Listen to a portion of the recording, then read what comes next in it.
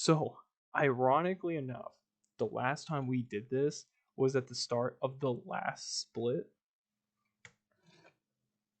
Huh.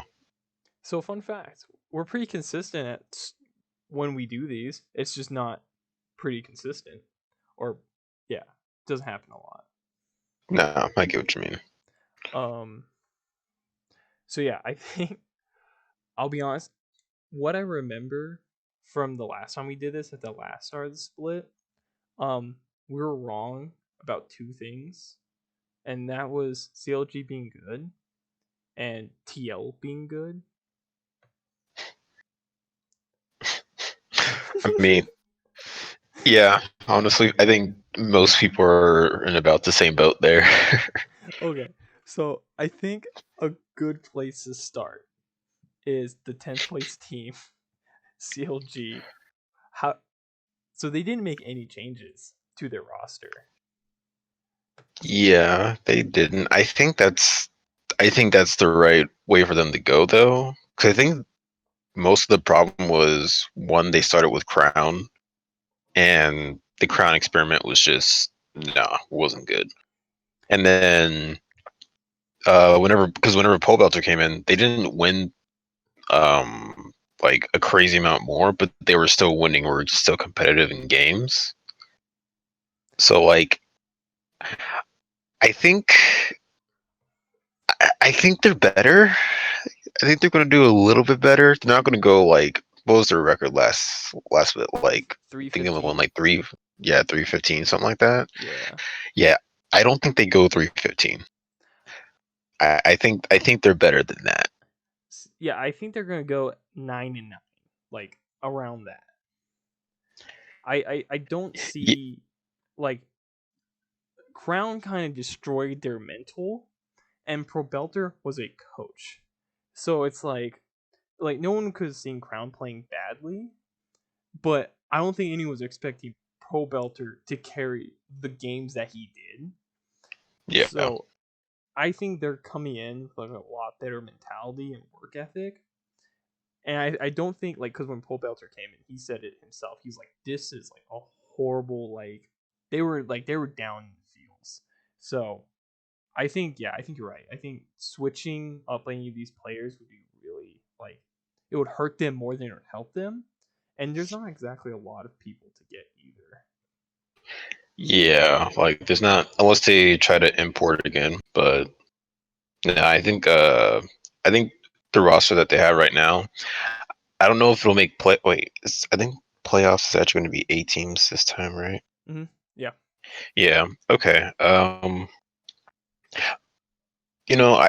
Let's go through the rest of the teams, then I'll see who goes to playoffs. Because like basically, the playoffs is just going to be everybody but the two worst teams, Yeah, yeah. which makes So it a little bit easier. yeah, I think I just want to talk about each team and then we can come back and do our power Yeah, rankings. So yeah, sounds good. let's start with okay. So we did 10th place. Let's move on to ninth place. TL. Oh boy, who would have thought we'd be here? So Um, tactical move. Double lift mhm. leaving. How do you think TL came out of that? They're going to be so much better.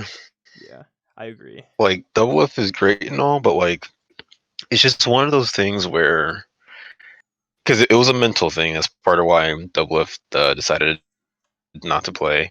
And then they kind of just threw Doublelift back in there. I think before he needed to go back in there. So I don't know. And then there's a whole bunch of just internal drama going on too. Like I think with Doublelift gone, the drama's going to cut down because Tactical's not going to bring any drama.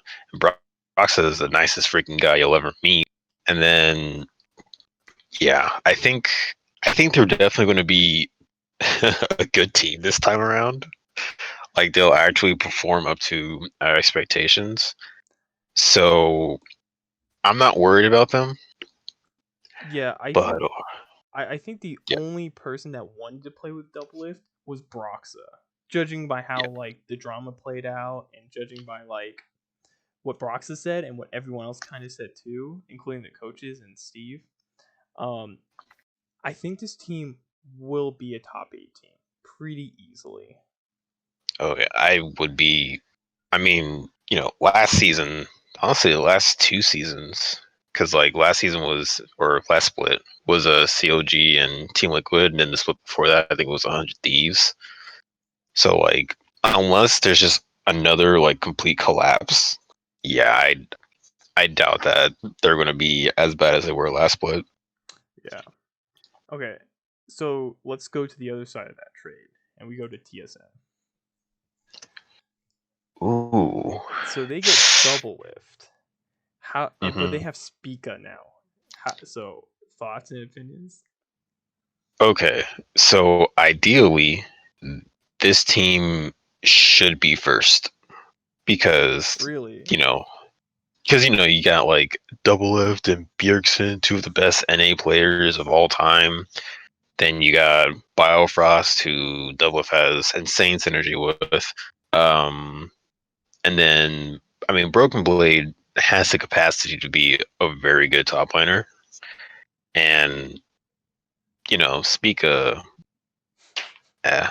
But I think ideally though, just based off of Bjergsen, Doublelift, and Biofrost, and then Spica just kind of focuses on Broken Blade, then yeah, this team should be first.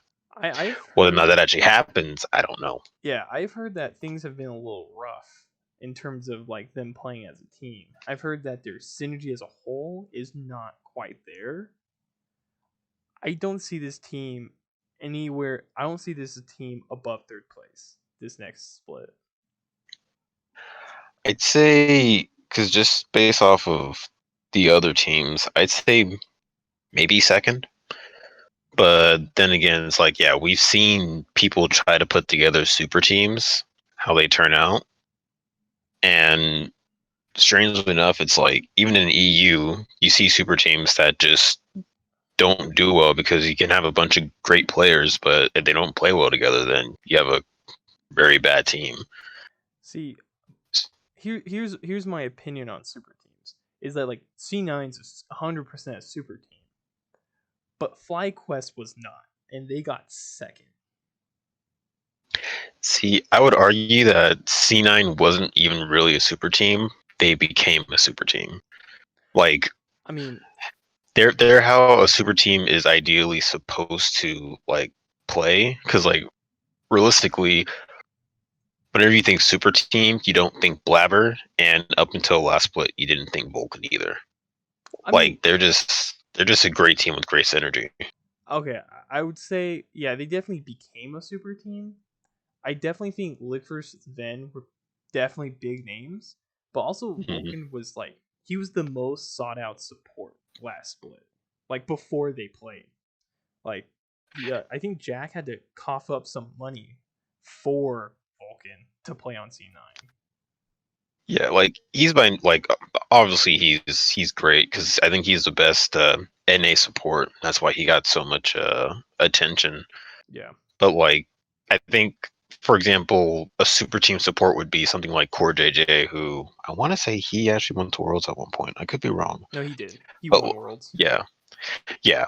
So like whenever I think super team, I think Team Liquid was supposed to be last split with Double If, who's best NA whatever, Jensen, who's supposed to be super consistent. Broxa from Fnatic, Impact, who also went to Worlds, Core JJ, yeah. So I think C9 basically they became what a super team should be. Like they earned that title versus just like what Team Liquid tried to do, which was to buy that title. Do you think C9 goes first again this split? I want to say yes.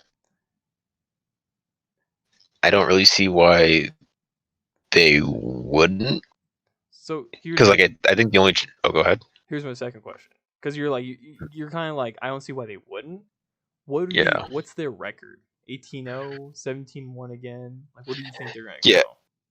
See, I say I don't see why they wouldn't, but I can't confidently say that they will because I think Team Liquid and TSM are once again probably the ones that can fight for it. So I think they drop a game to TSM. I think they drop a game to Team Liquid, and then maybe they drop a random game at some other point. So I say 15-3. I'm gonna say 16-2, and I think they're gonna drop one random game and one game against second place. Yeah, Because I can agree with that too. I don't think C9 specifically. I think they're gonna like. There's gonna be one game where they're going against like the last place or the bottom four teams, and they just pick a very like they pick a very like dangerous draft, or they just kind of grief that game and just really mess up, or the other team does something really good and they lose it, and then I think they're gonna lose to the second place team or who will become the second place team just due to their like they didn't take that match as seriously as the other team did. Like they're experimenting, and the other team is just like hard try harding trying to beat them. Yeah, because I think that the quality of the teams will go up this split because last split was just absolutely terrible.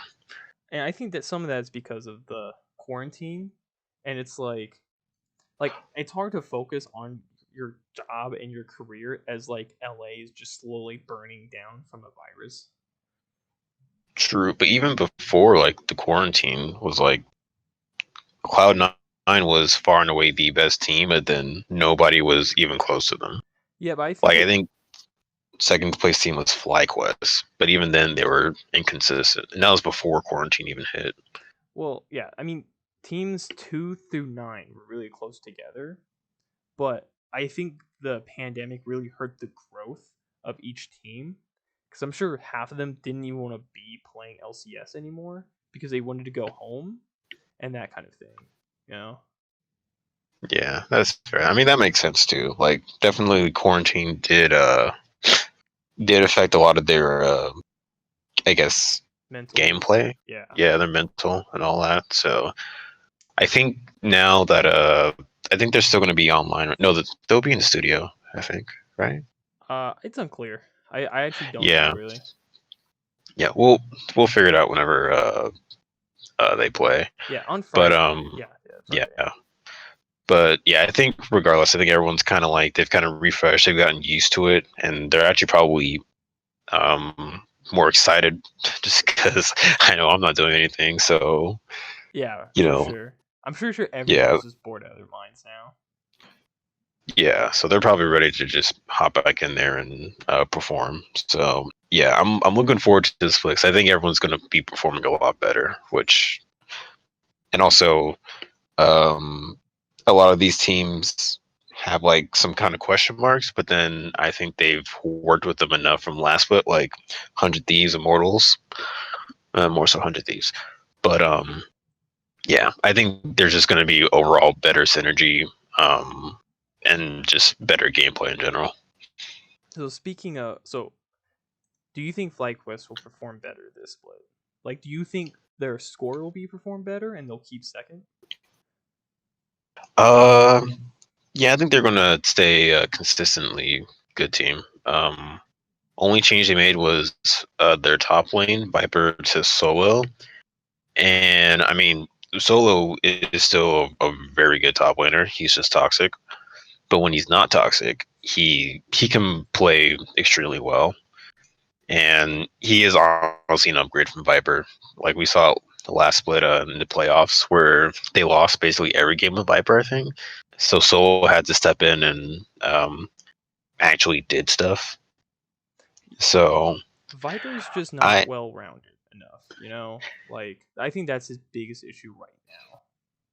mm, yeah, like it's kind of a bummer because like he was a really promising. I still think he has a lot of potential to grow, but I think that especially on FlyQuest, where I don't even really know 100% what their identity is still.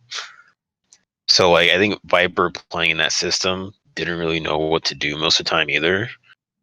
Because like he seems like he's one that can play more towards carry, but FlyQuest doesn't seem like the type of team where they like want one individual to carry. Well, I will say this. And I'm so happy that FlyQuest went second because I really agree with whole organization did for what their whole organization did in terms of like the Yeah. tree quest and everything. And I Oh, don't absolutely. like their charity is awesome, right? But I really care their like what the goals they set, like every dragon they take, every win they get, they do something for the charity.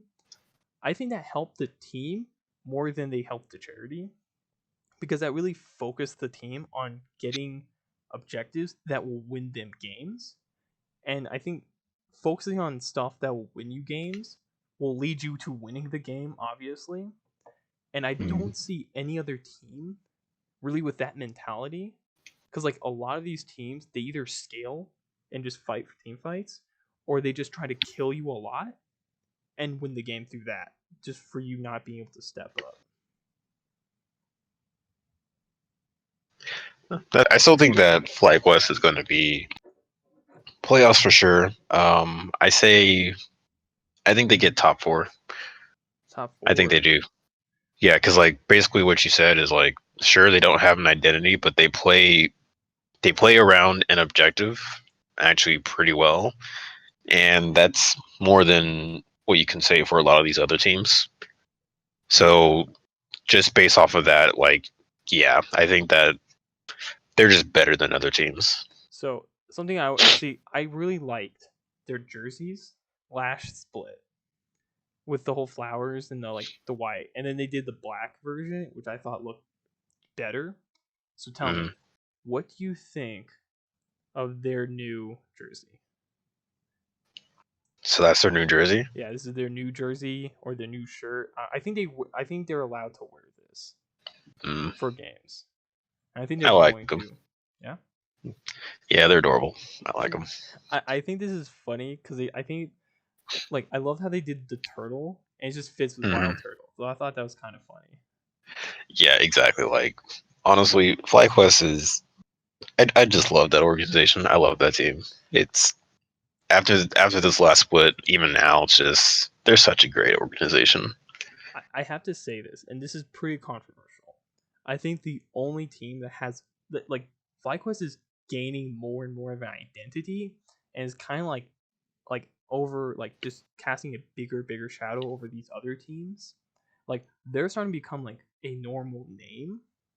Mm, Like because like TSM, CLG, they're not really doing a whole lot, and they're like the biggest names.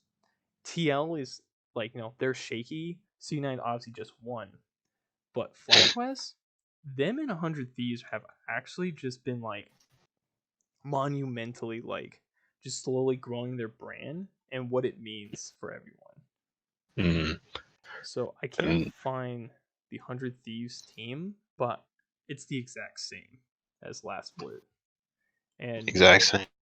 mhm, Okay, so that's what Sunday, Meteos, Ryoma, Cody Sun, and Stunt, right? yeah, and FlyQuest has been gaining identity, and I think 100 Thieves is probably like the fastest growing, where FlyQuest is the second fastest.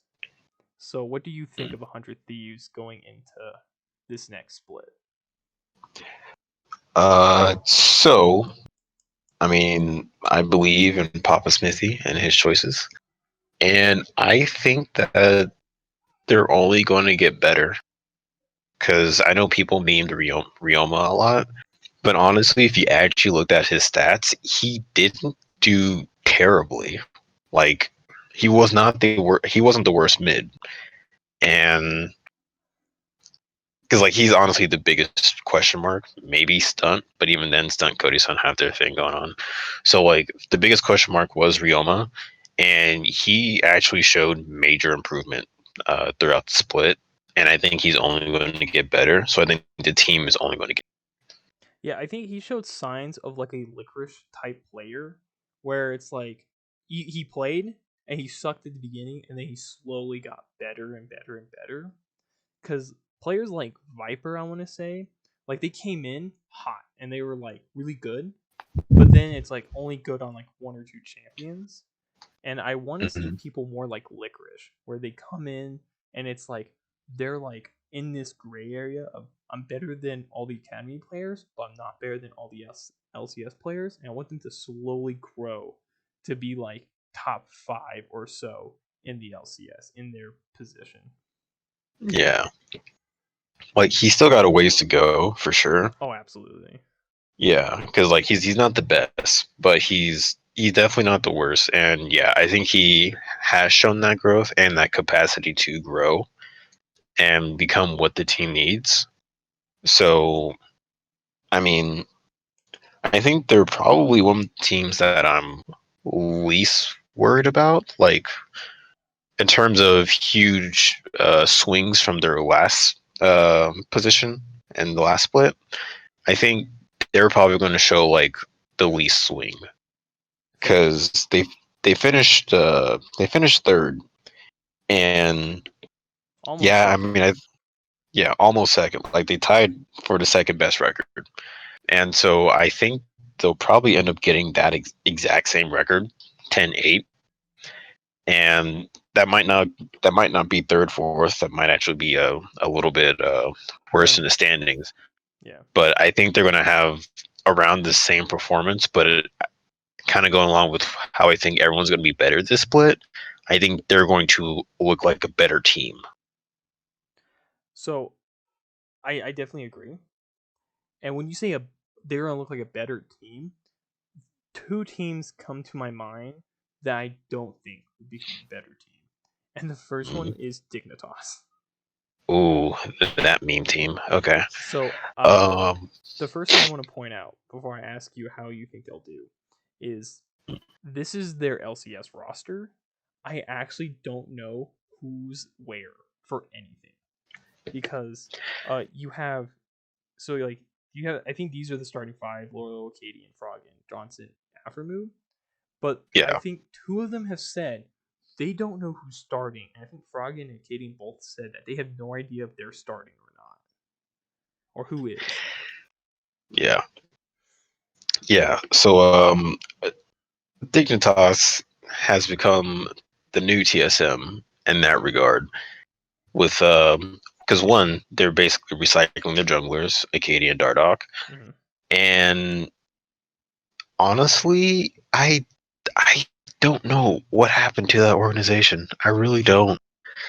Like they came in promising because they took over Clutch's spot, but then they got rid of Demonte, which sure Froggen is better than Demonte, but then it's like from a brand point of view, it's like you may just want to try to rock that original roster, keep the fans coming in. But okay, whatever. So they pick up what Hooney, Froggen, Acadian Greg, Johnson Aftermoon. Okay, solid lineup. Except for Hooney, who is so coin flip, it is actually kind of it's incredible that he's able to, I guess, change how he plays from week to week in terms of his quality of play. And then they had that whole jungler fiasco where Acadian's just fine, but then they threw in Grig for some reason, and Grig sucked until he had one good Olaf game because everybody just was like, "Yo, keep Grig alive," and then that basically gave him an excuse to leave him in there for like the next, I think, 3-4 weeks of just completely sucking. And then I feel bad for Johnson because Johnson's still really good, but look at his team. Like, and then now in the off season, after giving Hooney that huge contract, which I know people say what 2.3 mil. I think that's Yeah. not all like guaranteed and upfront. But the point is that Hooney got a fat paycheck, and he just made like a bandit, and he left. I forgot where he went. And so He now you went have Evil G. that's right. Yeah, he went to Evil Geniuses. Yeah, so yeah, he made like a bandit and just went out, and now they have Dardoch, who I'm surprised TSM let go of Dardoch, but you know, Oh, I mean, whatever, I guess. okay. Like this is a hot take, and we already talked about TSM, but Mm. since you brought it up, I think TSM is actually the worst organization in terms of like handling stuff right now. What? Oh no, 100%. Like, I mean, the whole Lena situation, which we're not going to talk about right now, Nah, no, but no like, reason to talk about that. Yeah, but like I think literally it's just between TSM and Dignitas. It's like that's how you don't run an organization, honestly. Like, sure, TSM's like super successful and all that stuff, but like literally just the fact that they go through junglers like candy, and then like I don't know. I honestly don't know what either of these teams are doing right now. Like, yes, TSM is okay because they have better players, but literally Dignitas is what TSM looks like if they had less money, Yeah, and that's not a compliment. I think Dignitas' first mistake was getting rid of Demonte, because like they went to Worlds, and like after that, like there was almost no NA mids. Like Dignitas could have realistically built their brand around Demonte and being like the only NA mid in LCS and like have pride in that. But instead they said, "No, we're gonna go with the classic like Team Liquid route where you just buy 5 players that are decent and just try to win, and then every split you just change any player that didn't meet your expectations." Yeah, And because like, oh, go ahead. I don't think Dignitas is gonna make top 8. I think this is gonna be a ninth, 10th place team. Yeah, I think so too. Because like, one, I don't even like Lorlo. Lorlo's not good, and then they also have Viper, which I mean, I guess like he's again Viper's not even necessarily bad. I think he just had like a really bad split, but I think maybe Dignitas can help him with that. But like, yeah, literally just I understand why they went with Froggen over Demonte because Froggen is just a better mid laner than Demonte. Demonte's not like I think he was the ninth or eighth ranked team mid laner Yeah, when they went to Worlds. But I think it's less the point of performance and more so you have a promising NA mid laner here that you could probably mold into something. He shows promise, so just go with the experiment. Like the whole point of franchising is for you to be able to do that. yeah, not But just like don't try to like they're trying to buy a win, but it's like there's only there's only so many players that are actually worth the money to try to buy a win. And yeah, and none of these players are really it besides Froggen and maybe Afremu. yeah. Which I mean, I love Aftermoon, but maybe it's time for him to.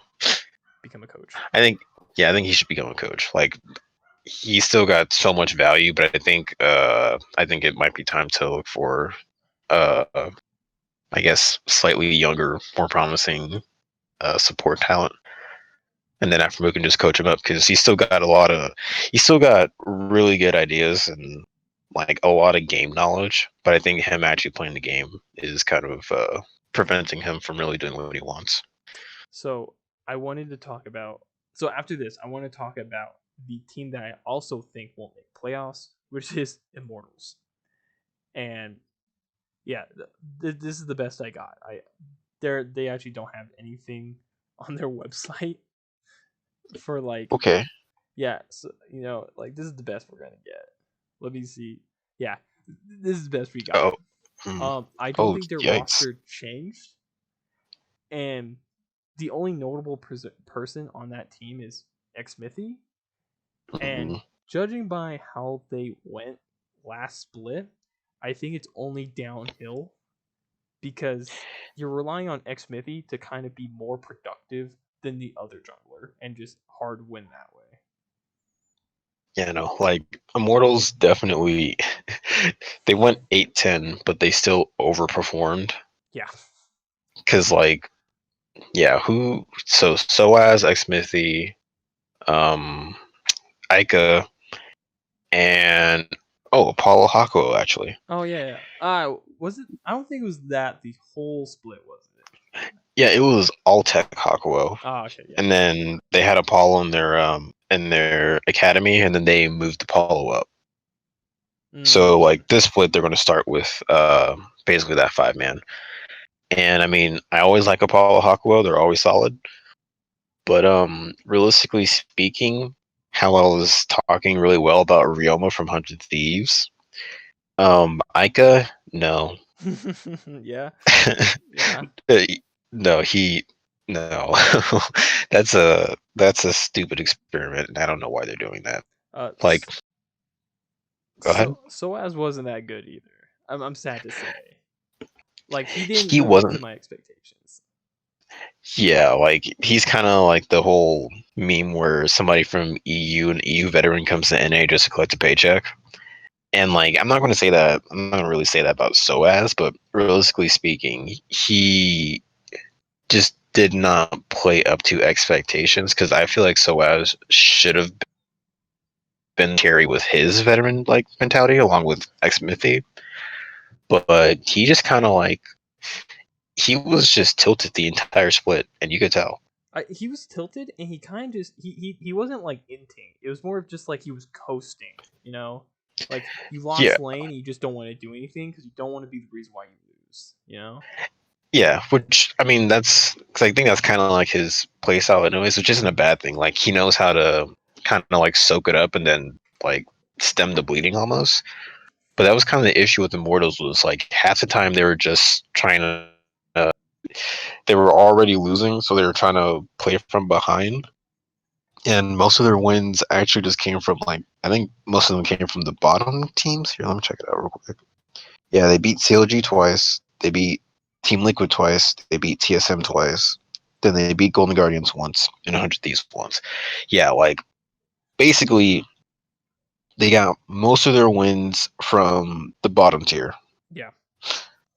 And honestly, like even in those wins, I think both the TSM games were just total fiestas because TSM sucked too. So like I don't see them. I really don't see them getting better. Like Ica, Ica is the one that pisses me off the most though, Yeah. because Yeah. yeah, like literally, we can meme about Rio, but he got better. Ica did not get better, and I see no reason why he should be in over Demonte or even Golden Glue. Like I know Demonte went to Golden Guardian, so Golden Glue's what I've got. He's been relegated to I think Academy again, but like honestly, like I think both of them are better for brand and just in general for Immortals because it that team just pisses me off. It really does. So yeah, I don't have much to say about Immortals because yeah, I just think they're gonna be bad. So let's talk about. So we're on the last two teams, and these two are very interesting.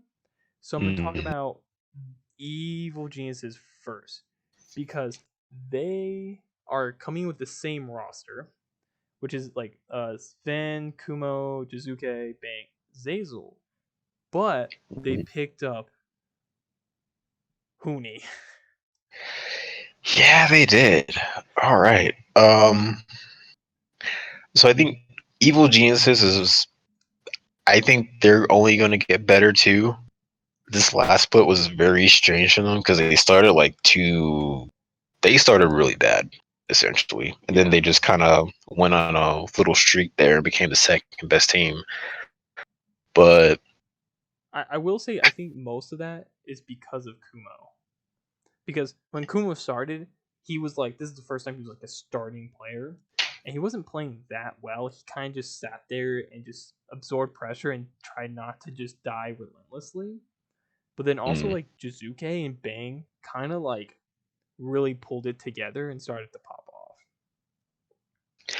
yeah, like I think part of why they got so much better was that I think they were trying to play a certain way. But then at a certain point, Jizuki was just like, "Yo, I'm just going to play like this," and then they're just like, "Okay." And so whenever Jizuke just was able to do whatever he wanted, and Bang was able to do whatever he wanted, then yeah, that allowed Kumo to play a little bit better. And then Spenskaren and Zazel were just like, well, all right, y'all. Guess we're doing this now. I But oh, go ahead. this is definitely going to be a. I think they're going to be a mid pack team, but I think they're only going to get better. And I will say that I don't see them going to Worlds.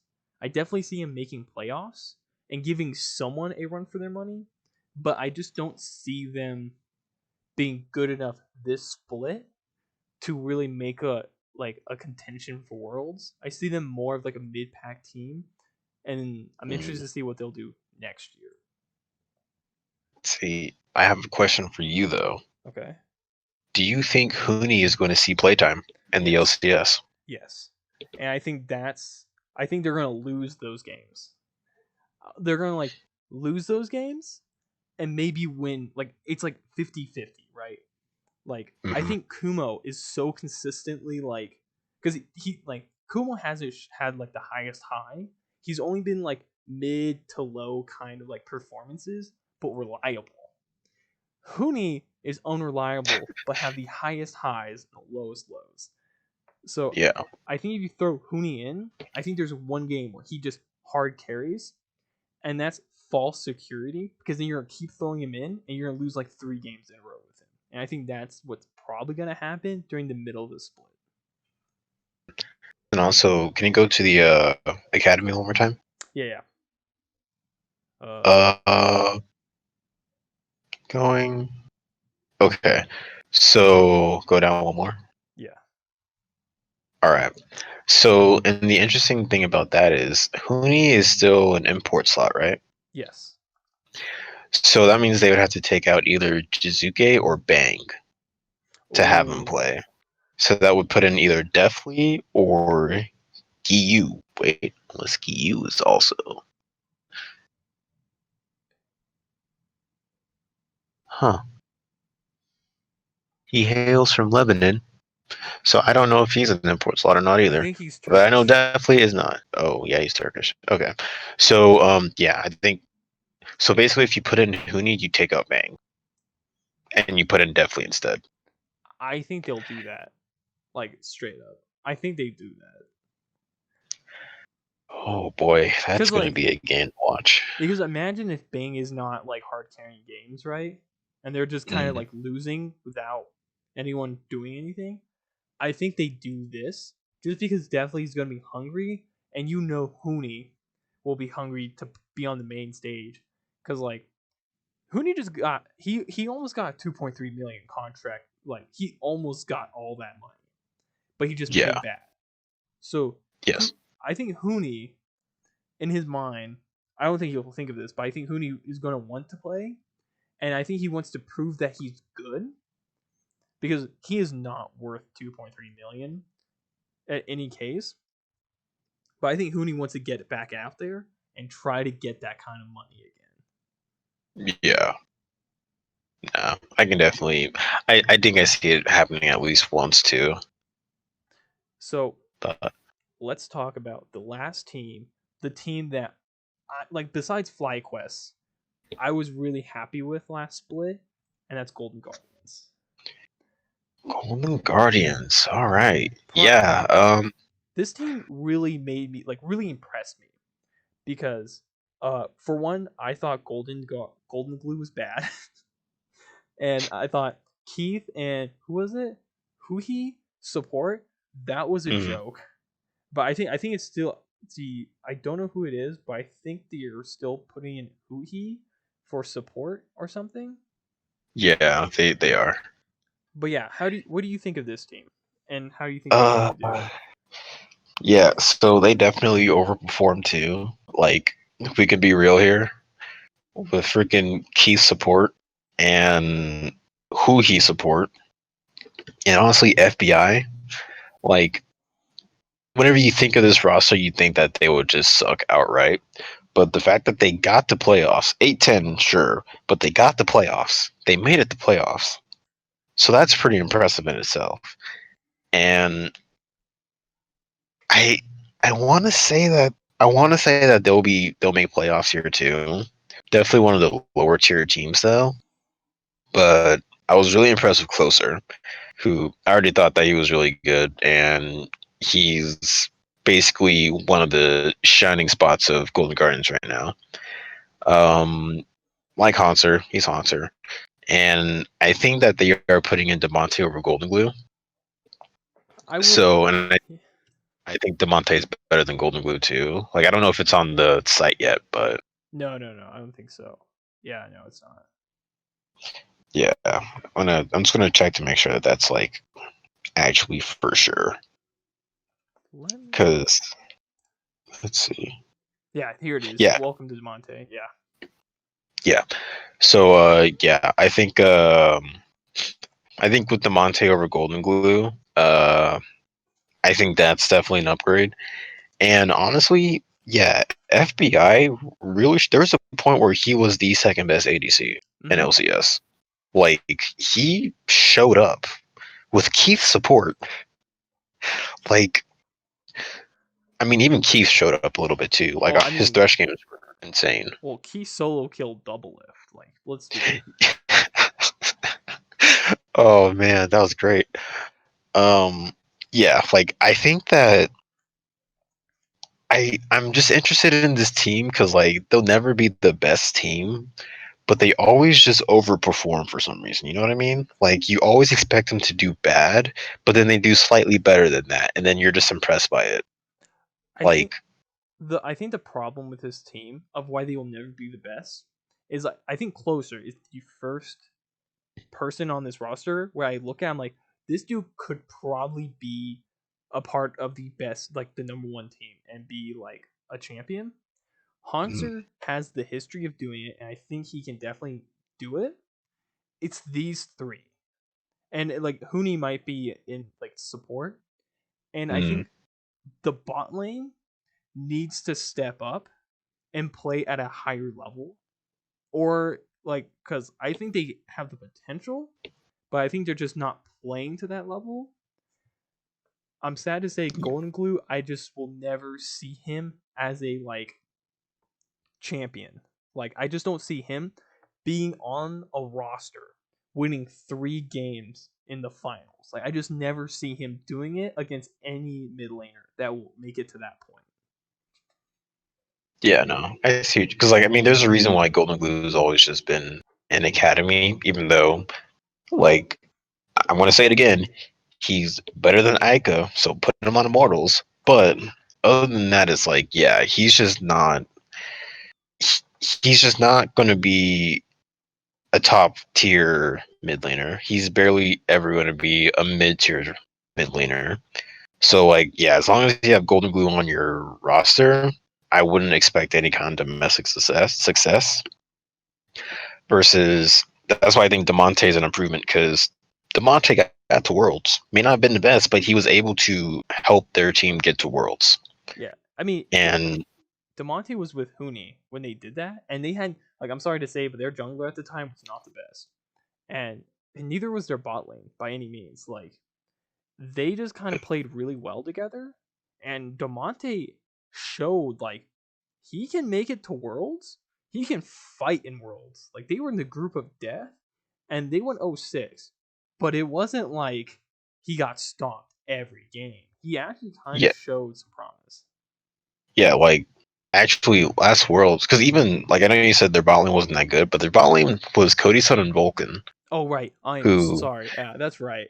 I'm yeah. oh no, it's all good. Like they were pretty impressive too. But like yeah, the fact that they were in a group of death and they actually had the least disappointing performance out of all of NA at Worlds is because they actually kind of hung in. Like I don't know how close. I don't remember the games exactly, but I think they were pretty competitive. And I think about 4 of the games.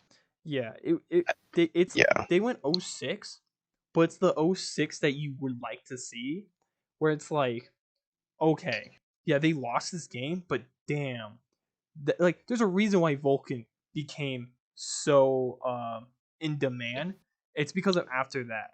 Same with Cody's son, and then even yeah, Huni got that big paycheck, and then Demonte he just suffers from NA being biased towards non NA mids because people yeah, just don't think they're worth it. And I think yeah. if he plays with Golden Guardians, I want to see him prove that he's at least top 5 in the region. Yeah.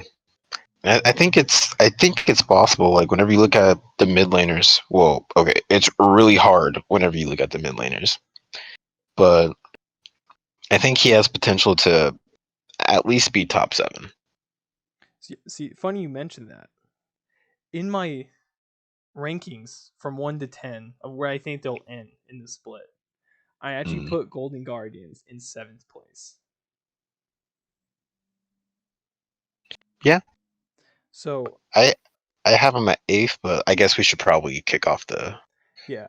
the power rankings then. So I guess let's just go top down because I think the top's pretty is like the easiest. Hmm. So number one, C9. Yeah, I Uh, agree. number two, I have Team Liquid. Number two, I have TSM. I have them as number three. I have Team Liquid as number three. Okay, fantastic. Okay, Yeah, pretty consistent. This is where it yeah. gets hard. This is where it gets exceptionally hard. Number four, I have 100 Thieves. Number four, I think I have FlyQuest. I have FlyQuest as number five. I have Evil Genius as number five. I have Evil Geniuses as number six. I have 100 Thieves as number six.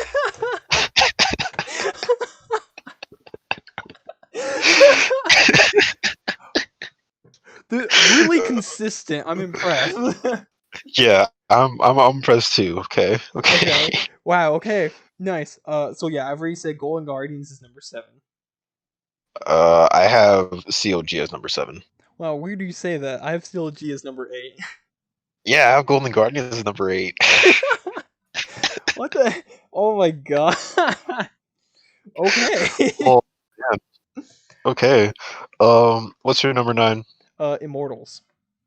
Yeah, Okay, and I then have yeah, the yeah. Dignitas is last. yeah. Okay. Well, at least we finally matched up on the last two. It's like, Yeah, yeah. Like honestly, because like most of I think from two to nine, once again, kind of interchangeable. Like two and three is interchangeable for me. Four to six is interchangeable to me, and then seven, eight, and nine and 10 are interchangeable. Well, seven, eight's interchangeable. Nine, 10 is interchangeable. yeah, I think 2 to 8, like any one of those teams, I think can be anywhere. Like I think just like last split where it was 2 to 8 also, I think any one of those well actually it was 2 to 9. Any one of those teams could like they were all like one game within each other or two. I think this Mm, split it's gonna be pretty similar, but I think we're gonna have two clear last place teams and then one clear first place team, but they're not gonna be as dominant as they were last split. yeah, because like I very much doubt that this is going to be another case where two through four is 10, 8, and then five is 9, 9, and then six through eight is wait, did I say two through eight? Two through four, yeah, and then six through eight is 8, 10. I very much doubt that's going to happen again. Like I think we're going to get a much better spread of records, and I do think it's still interchangeable. But I think the good teams are definitely going to be the good teams to split. Like they're going to be, they're going to make waves in the playoffs at least. And then the teams that are not so good, yeah, they're going to lose a lot more games than they should, or they're going to lose a lot more games to Yeah. split essentially.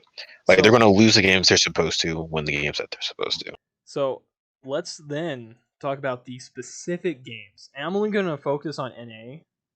Wait, can I just no, they won't let me Okay. just. So No, you can. Wait, click on it on uh LCS, okay, there we and then go, there we yeah, go. Okay. there you go. Yeah. Okay. So let's focus on these games. So first Okay. up, 100 Thieves versus EG. Oh boy. Uh, I think this is going to go to Evil Geniuses. Oh, I don't think so. I actually I kind of really disagree with that. That's fair. I think lane per lane, I think 100 Thieves is actually better because I think Cody Sun's stunt is better than Bang and Zazel just because I don't think those two guys have a good synergy. I think Ryoma can do more with his team than Jizuke. Like Jizuke can solo carry, but I think 100 Thieves is more of a let's work together and let's let Someday and Cody Sun carry. where that team is kind of just we want Bang to carry, but sometimes Jizuke just happens to do something and just kind of start getting kills. Mm. I can see that, but I think that because like I've been praising Ryoma, but I still think Jizuke is just a much better mid laner, and I still think that the game is kind of won through jungle mid synergy, or at least the early game is. And I think Evil Geniuses does a good job at snowballing early. So I think if they get Jizuke rolling, then eventually, because I think Bang and Cody Sun, well, Bang Zazel, Cody Sun stunt, they're about even. And I think that just Jizuke just completely stomping on Ryoma is probably going to win in the game. Because, like, yeah, you have Someday in the top lane, but I think Kumo can just kind of absorb that pressure decently well. And yeah, I think they just carried through Jizuke, snowball, and then Bang's late game insurance at that point. I will say I think Meteos is going to be kind of a huge factor in this game because I Mm, think Meteos is super smart about the game and he kind of knows what to do in a lot of scenarios. So I'm just kind of looking at him, seeing if how impactful he will be. Just like how I think Sven and Juzuki are definitely going to try snowball mid. I'm curious to mm. see what Meteos will do. Like, will he try to protect Ryoma all game and try to not have him snowball? Or is he going to try to get the other two lanes ahead and try to get them snowballing? Especially Cody's someday. Yeah, like I think I agree there. I think Meteos is the main X factor here. It's like if he out jungles Svenskeren, then for sure I think 100 Thieves wins because I think if Meteos just does better than Svenskeren, especially in the early game, that kind of hurts a lot of Evil Genius's win conditions there. I think 100 Thieves as a team can snowball, and then yeah, if he gets someday ahead, then oh boy, good So, luck. okay, so moving on to the next game on Friday. Hmm. C9 versus FlyQuest.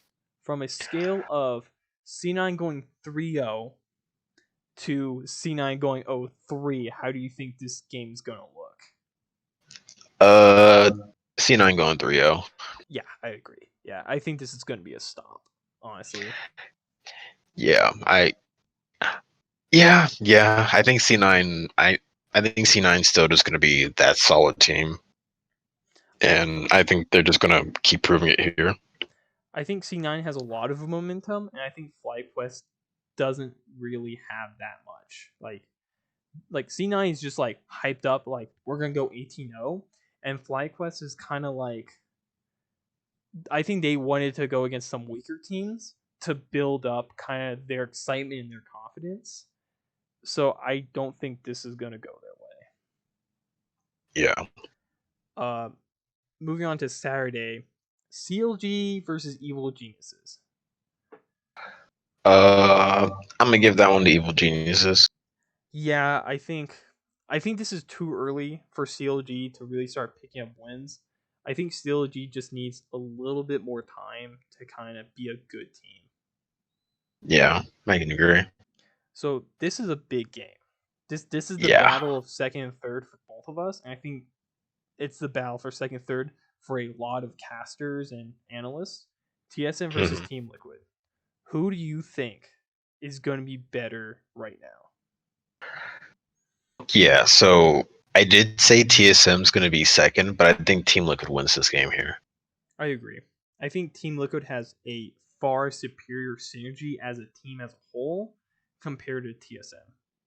Yeah, I agree. And then also just Broxa versus Spica. Like right now, I think Broxa just steamrolls in a jungle. Yeah, Brox is the type of guy that will play Lee Sin, Kane, or Kindra and just kill the jungler nonstop in the jungle and just snowball hell hard. Yeah. Uh, so Immortals FlyQuest. I'm going for FlyQuest here. Yeah, FlyQuest. I hate Immortals, so FlyQuest. Yeah, I think Turtle Quest is going to reign supreme in that one. Absolutely. So we have the Battle of the Golds, Golden Guardians and Dignitas. I think I'm. Mm, think Dignitas might actually get lucky here. No, never mind. Golden Guardians. I'm going Golden Guardians. I think, yeah, I I think it's still hard because like I look at Dig's team, I'm like they might win, but then I think Golden Guardians is just like better, like jungle wise and like overall pressure wise. Yeah, because like I think Golden Guardians when they win in the jungle because closer versus Acadian, closer is just better. They win top lane, mid lane. Actually, because Demonte and Froggen have quite a bit of history, actually, because Demonte basically studied under Froggen for a while. I think Froggen still So, wins that, honestly. no, Froggen, he does. And then in the bot lane, what, Johnson Afremu versus FBI and Hui? Yeah. Yeah. Yeah, I want to say Johnson Afremu wins that, but then bot lane's still a bit of a coin flip for Golden Guardians, but I think they just win purely through Closer and Haunter. I think they set them up for FBI to kind of just carry. And I think that's going to be like a huge factor. It's just even though their bot lane, their mid might be really good, I think on the flip side, I think Golden Guardians is going to have a better setup going to mid late game, and Davy's going to be kind of behind, or like I don't think Froggen and their bot lane is going to be able to do too much, and like I don't think Dig is going to get the objectives they're going to need to close out this game. I think Golden Guardians is going to push them back and just kind of end the game as the game goes on. Yeah, I can see that happening. So moving on to Sunday, Mhm. C900 Thieves. C9. So I think it's hard to think that C9 is going to lose, especially without us seeing any of the teams. Do you think Yeah. how close to this game do you think 100 Thieves will make it? So yeah, because I think seeing C9 play tomorrow would actually be a pretty big indicator. Because if C9 just stomps FlyQuest, they're stomping 100 Thieves too. But I think that if FlyQuest, the C9 FlyQuest game is closer, then I think 100 Thieves probably has a pathway to victory. I'm not 100% sure what that pathway is, but I think 100 Thieves can probably, because I think they're kind of like a baby C9, so they can kind of just, I think they could hold on quite a bit, but I think C9 is still going to take it regardless. What about this? What if 100 Thieves just purely stomps EG? Ooh. Like, let's say both of them smack. Like, what? Let's say both of them just smack whoever their opponents are at the first game, Mm-hmm. and then they come together on Sunday. Like, do you think like if 100 Thieves just step up to the plate and they just like for some reason they have the 100 Thieves buff where they just come into the split really good? Do you Mm-hmm. think they have a chance if they show up being good, or do you think it's just a, or do you think if C9 is playing at their like level, or at their average or above level, they just win? So yeah, I think C9's still going to be better because like yeah, obviously yeah, if they're both at their peak, then C9's just better anyways. Mm-hmm. But I think it's also that sure if 100 Thieves stomps and C9 stomps, C9 is still more known for their consistency than 100 Thieves is. So well, like if I see 100 Thieves stomp, I'd be like, okay, that's kind of cool. But I haven't seen you do that week in and week out versus I've seen C9 do that. So even if 100 Thieves shows up against Evil Geniuses, I'm still not 100% sure they would do it against C9. Versus C9, where I think if they show up against FlyQuest, they're going to show up against 100 Thieves. Yeah, I think the biggest issue with 100 Thieves is they're not like, well, they're obviously not consistent enough, and they're still a pretty new team. But I also don't think they have like a clear way to win. Like I think they're still trying to find their like true identity, like C9 has. Mm. So Like, oh yeah, go go on. ahead. No, yeah, oh Oh, you. no. I was just going to make the point where it's like, I think the only way that 100 Thieves could win is if they play through Someday. But 'cause I think Someday, I think strange enough, Cloud9's weak point is Licorice at this point, but that's not really saying much because Licorice is still, I think, top three top laner. Yeah, But I think you're absolutely right. Like it's really hard to find a weak point, but their weakest point is probably Licorice, just because of like look at their team. Like you're basically picking the worst of the best, you know? yeah, So moving on, TSM Dignitas.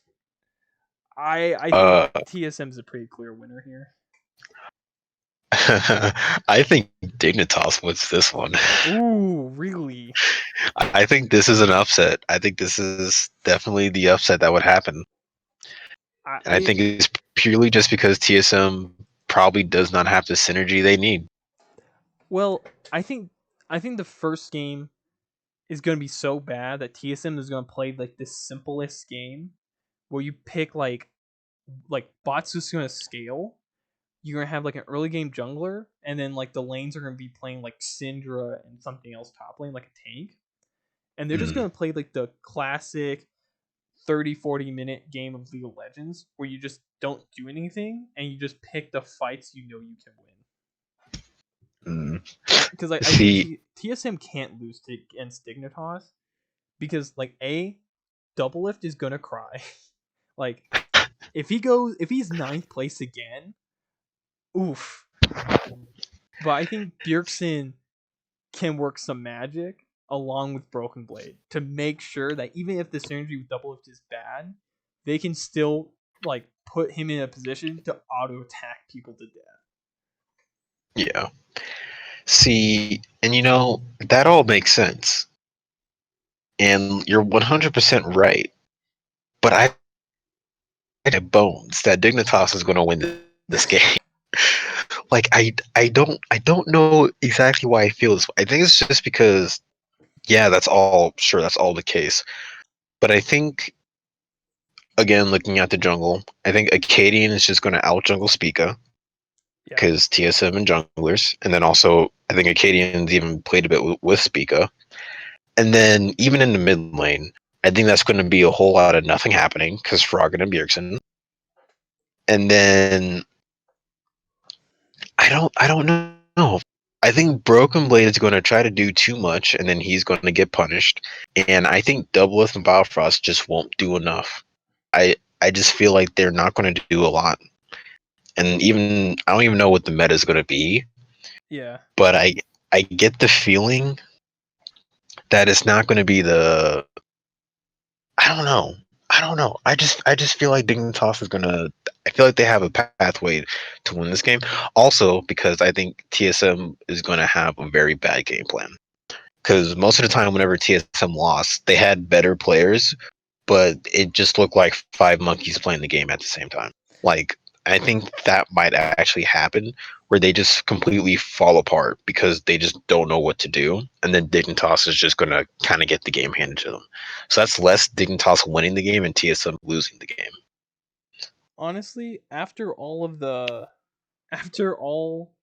um how to say after all the drama, I would definitely believe that to be the case, honestly. Yeah. Like, I could be wrong. I would not bet on this result, but I just feel like Dignitas would probably end up eking out a win here. Okay. Um Team Liquid Golden Guardians. Who do you think will win this? So Team Liquid. I think Team Liquid wins that one. I think Team Liquid has a just a I think they both have similar game plans, and I think Team Liquid's just better overall. Yeah, like I think they're gonna do what TSM should do, which is really just play the game. But I think the key difference, I think Golden Guardians is very similar to Team Liquid because they both have good junglers. I think TSM has a bad jungler and a new jungler that doesn't really have a self identity and doesn't know what to do. So they're gonna let TSM coaches control what he does. And I think Yeah, that's why TSM loses, and I think that's why Team Liquid is going to win. yeah, that's fair. I think they already have an established like identity of what they want to do. And so last game, I think is probably the most I think this is probably the most important game of this whole weekend. Is CLG versus Immortals, because I think this is a game that CLG has to win to kind of be like, we are good enough to make the playoffs. And if Immortals wins this, I think they're going to be like, we're good enough to make playoffs. Yeah, because like sure you have the Team Liquid TSM game like going on, but at this point I think we can both agree that like they're going to make playoffs. They're going to place really high, so it doesn't matter. Yeah. But yeah, with COG and Immortals, those are kind of like the gatekeepers to playoffs. Like, oh, excuse me. Because like yeah, honestly, right now COG is still a bottom team, but they need to prove that they aren't. And then like Immortals is just kind of there. So COG can't beat Immortals, then yeah, COG is not going to make it. That being said, I think COG wins this game.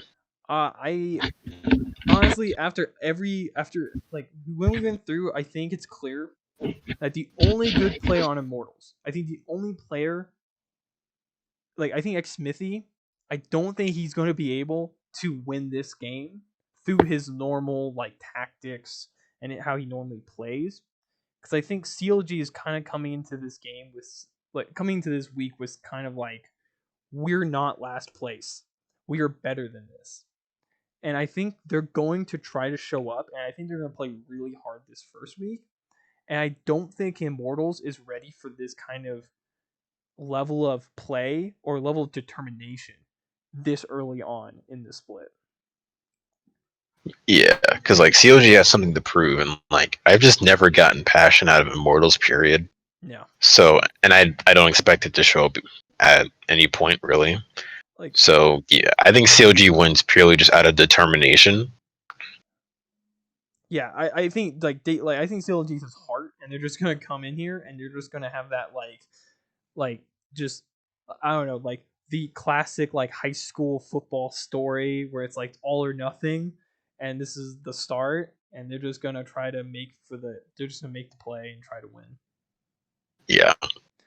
Um, so I think this is it for the games.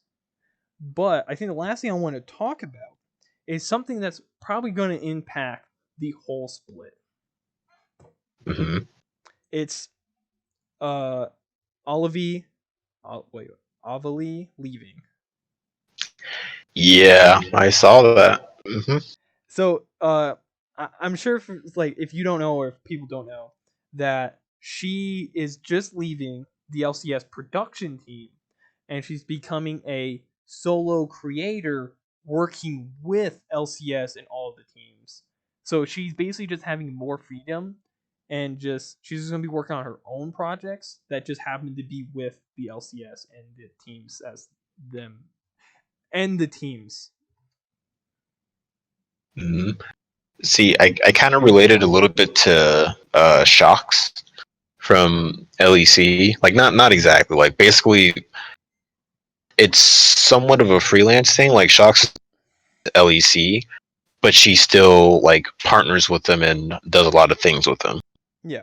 And like yeah, she's still like the announcer and all that stuff. So like I know that part of the reason why Obli did this was because yeah, last split, if you saw, they didn't really utilize her that much. Like they kind of split time between her and Latigris. Then even then, they didn't really use either of them that much. So I think Ovely just wanted to just do more with LCS because there was so much more that she felt that she could do. Which I mean, props to her. Like Ovely's probably one of the most underrated and coolest like league personalities there are. She def So she definitely has a okay. fan base of her own now. I think everyone will agree that like a lot of fans kind of just enjoy her, like doing a lot of like the interviews and interacting with the players and everything. And I Mm-hmm. think this move came because like you said, like they were splitting time between her and L Tigers. But Mm-hmm. I think LCS is growing, and I think she ran into some issues specifically at Worlds, where like she was doing all the hype videos with Team Liquid, because Mm, like LCS like she's not working with LCS because like obviously Worlds is a different country, so she obviously won't be like the announcer or like the interviewer over there in like the other country. So she started working with like Team Liquid a lot and just doing like hype videos like every like day or every other day throughout the tournament. And I think this kind of made Riot or the production team like a little nervous. Kind of like they didn't want her to be doing all of this without like the LCS production team because she's a part of it.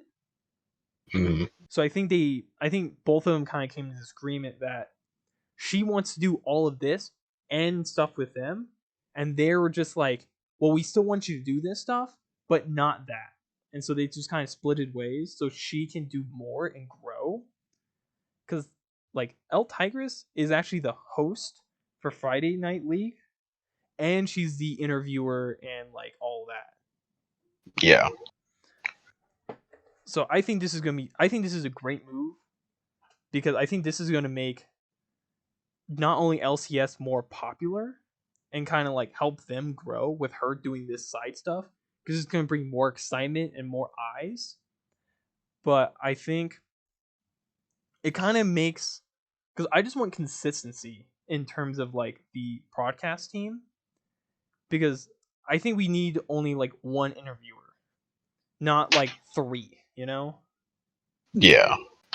Like, no offense to Pastry Time, but Pastry Time, El Tigris, and Olively, I every single time I've just sat there and I'm like, why are you guys on this constant rotation? Like, why can't we just have like the interviewer, like the one person that interviews like all the players after the games? Just because that helps, like, I think the production, because like obviously everyone loves her, so everyone Mm, wants to see her interview the players because she knows them really well and she has fun with them. And when you switch in between the other two, it's like it kind of loses a lot of like character to the podcast, the broadcast. yeah. No, that's definitely fair. Also, I have an update, but I'll talk about it after we finish this topic. I think we're done with this topic. I got nothing really else to say about this. Yeah. All I have to say is like, wish Ollie the best. I think this is definitely the best decision that she could have made. I think it's the best decision for LCS in general because I think it's a classic case of Ollie knows what she wants to do, and yeah, like LCS essentially wouldn't let her do most of it. So now that she has her own like free time, her own free reign to with her own ideas that she can put together, I think that it's just gonna. I think it's just a good move for everybody. Absolutely. Yeah, but I just realized some teams were releasing their week one roster, Oh and my for god. yeah, so for one, Dignitas is starting Viper over Lorlo, which whatever. But the crazy one is Immortals. You want to know what their starting roster is? Go for it. So as Potluck, Ica, Altec, and you So notice a wait, certain player missing. wait. Did you say so? For the bot lane, it was Apollo Hakuo? It's Altec and Gate for the bot lane. Okay, cool. You just kind of cut out there. Um, Oh, this is what I'm gonna say. hmm Immortals is going 0-2 the first week. Um, yeah, hmm they yeah, actually, wow, they're not running X Smithy. yeah. I guess. Well, this is speculation, but people are saying like they're not running Xmithy for for motivational issues. But honestly, like yikes, because Pollock is a rookie. He's a rookie jungler, so cool. But then they have Ica, Altec, and Gate instead of having an established bot lane, like an actual like really good established bot lane to help out Potluck. They're having Altec and Gate, and Altec's okay. Gate is kind of like I think he's one of those academy drifters apparently, or mostly. So I don't really know what their game plan is. So let me hit you with this. What are your thoughts on the possibility of TSM X Smithy? I would just be so mad. I would be absolutely angry because it would make sense, but then it's essentially what I hate about the LCS, where once again they focus way too much on getting wins now versus investing in the future, which is what franchising it was supposed to be for. So they put Xmithy. If they get Xmithy back on TSM, then you get another Team Liquid situation. We're sure you're going to win 4 splits in a row, but then you don't do anything at Worlds, which is fine if you don't care about Worlds. If you just want to win LCS, which most pros say they would rather win LCS than go to Worlds, which I understand 100% and I agree. But But when you have people like Double F and Bjergsen who keep, well, mostly Double F, who keep on trying to tout like international success, but they don't do anything with their rosters at the international level, then it's like I I don't know. It makes me mad. I think the fact that you brought up the fact that a lot of teams want to win LCS more than international success, because I think there's realistically only 3 teams that want international success, and it's the teams that win LCS pretty consistently. Team Liquid, Yeah. TSM, and now C9. I think all 3 of those teams are like, yeah, we won LCS. Now we want the next step, and like you have CLG and 100 Thieves, like they've like CLG has won like I think twice now, maybe 3, but they haven't won in a long time. And 100 Thieves have gone so close, so many times, and haven't won LCS, or they've gone like second and third in the standings, but they've never won LCS. So I think Hmm. those teams they really want the championship, like the LCS championship, because they just want to get it under their belt. Like they want to get it because it's like a step by step process, right? You have to be the best NA team to try to be the best international team. Because if you can't beat Team Liquid in the finals, how do you expect to beat SKT, RNG, and all these other great teams in international play? True, but then again, even then, you have C9.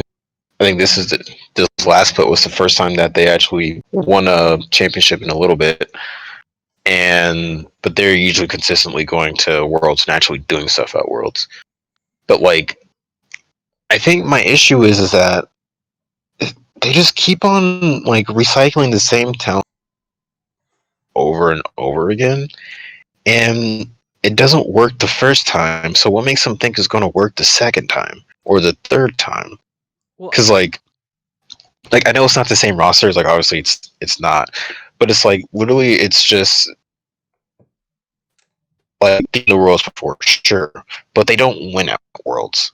So if you want to get international success, you got to try different. Like just try different players versus getting the same exact players every single time just for them to lose again. I think my only argument, because I 100% agree with what you're saying, but in the X Smithy case, an interesting statistic is that every time X Smithy and Doublelift are together, they win the LCS. I believe it. So I think that's what makes me think that this might happen later on in the split. Because I think one, I think I think everyone will say Spica's just not going to live up to. I don't think he's even the best academy jungler. I don't think he's going to even do a whole lot. Because Yeah. when he did play last, the last time I saw him play, I was not by any. He looked like TSM has already beaten him with a stick and told him what to do, and he just didn't play well. I Yeah. I don't think um Xmithy. I think Xmithy goes to TSM. I think they're not gonna do anything to him.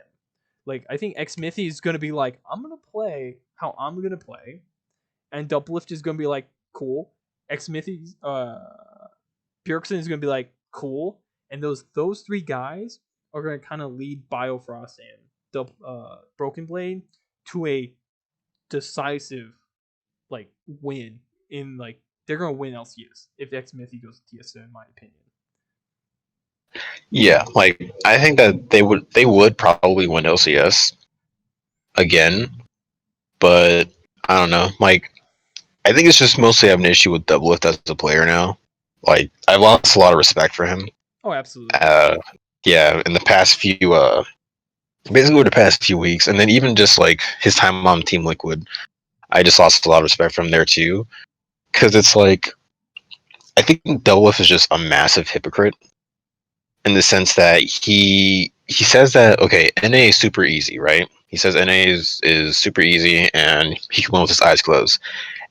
And Team Liquid was ninth last split with Doublelift on. And sure he lost motivation, but even then it's like he lost. So there's that. Then he keeps on he acts like he's too good for LCS, which sure he might be the best like uh, AD carry, possibly the best player in LCS history. But at some point, he has to kind of realize that even having a team is definitely like kind of needed for Worlds, but he also has to look at himself as a player, and it seems like he just doesn't do that. Like he just kind of blames everybody else. Like even with Team Liquid, he mostly blamed like he tried passing on blame to Impact and all that stuff, saying they're all playing poorly, which they were. But then you also got to look at yourself as a player. Like whenever you play Senna and you're garbage on Senna, work on your Senna.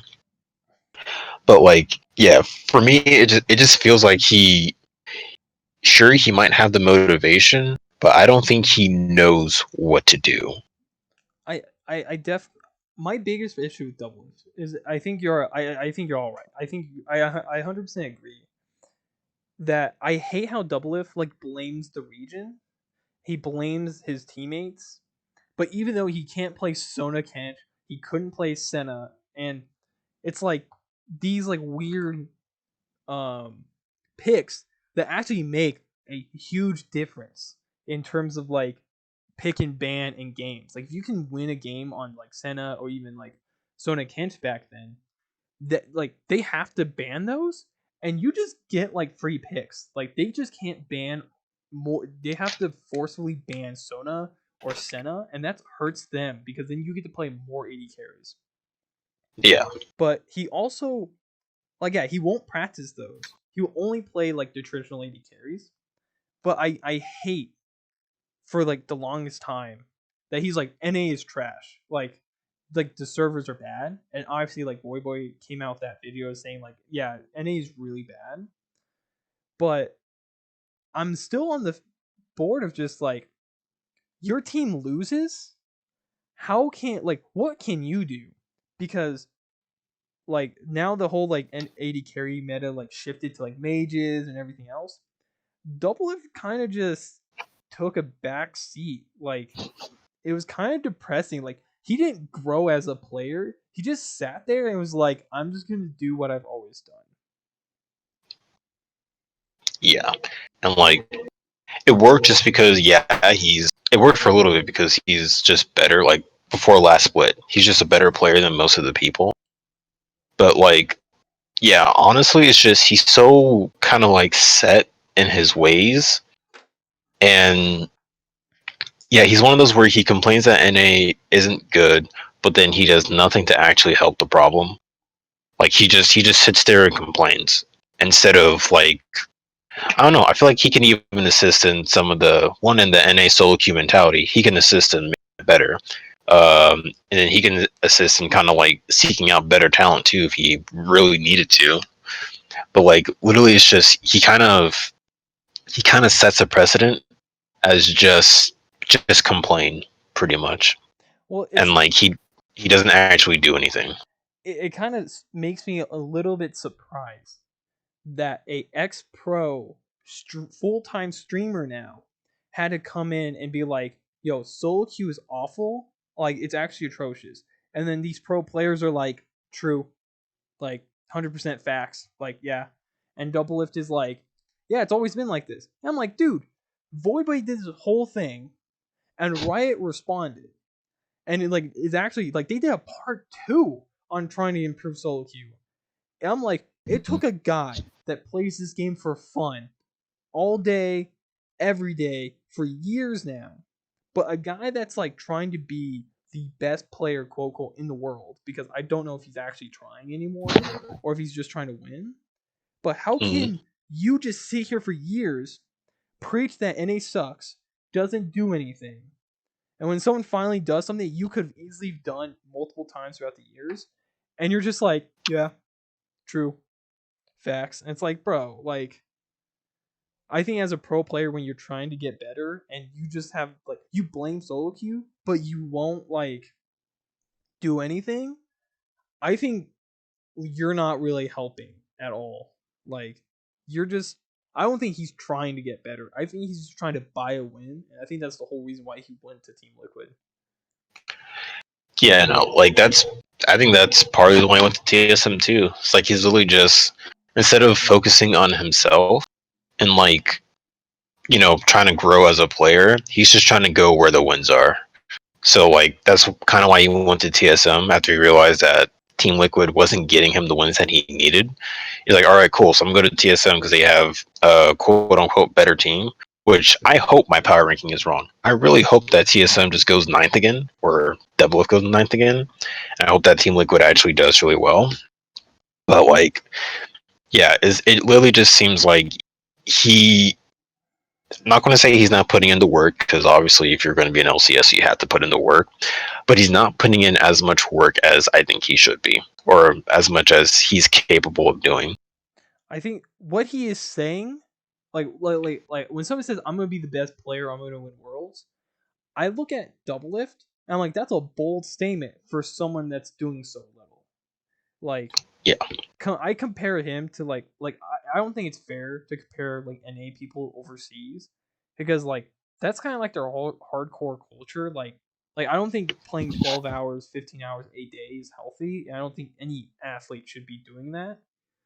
Like yeah, not like hardcore competitive like sweaty games. I don't think that's good. But if you're just playing like 8 hours a day, hard competitive practicing, and then like 4 hours just kind of like having fun with the game like used to, that's fine. But there are definitely like I look at a lot of pros and a lot of players in NA, and I'm just kind of like I during the off season, I'm like, yeah, take your break. But I hate how like so many of them were just like they've taken like a month to 2 months of just playing like every other game and not then there's like a point where I'm like, okay, your vacation though is like here, but when do you actually start practicing and when do you start grinding? Because I don't think taking 2 months off completely is good. yeah. No, I agree because like at the end of the day, like this is their job, so they still kind of have to like. I understand that it does get stressful and like breaks are needed, But but to kind of like stay up to date with what's going on and still like practice, just so whenever you get back to the split, you can do your job more effectively. But yeah, like if like you on about NA culture, but like yeah, it's just an issue that it's not going to resolve itself unless like the players actually do something. And I think it starts with Double Lift because he's the most vocal. Because like you could say it starts with Bjergsen, but honestly, Bjergsen is just chill. Like he's probably the least problematic like LCS player. Like sure, he's been in there for a while, and like he may have stagnated a little bit, but he's still better than everybody. But he's comfortable with that. Like at least he acknowledges that it's like okay, I may not be the best, but I own part of TSM now, so lit. Versus Doublelift, who's actively complaining but doing nothing about it, and that bothers me. well, Doublelift is kind of like the face of League of Legends in terms of pro play for like NA. Yeah, So he's kind of like he's the role model. He's the guy that sets the precedent, yeah, and he kind of needs to like if he wants to I don't know, like there's so much he needs to do. Or like he needs to do something kind of like Void Boy, or even if it's like if NA solo queue is so bad then like it might be beneficial just to have like a to set up scrims with just 10 random pros, right? Like Yeah.